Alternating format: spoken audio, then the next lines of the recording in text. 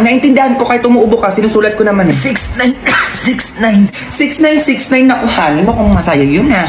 Ay, magkano pala yung laman ng ATM mo? Oo, para masulat ko din dito. 10 billion laman nun. 10 billion? Ay, naku, honey, teka lang. Kailangan kitang videohan. Bakit bibidyohan mo pa ako?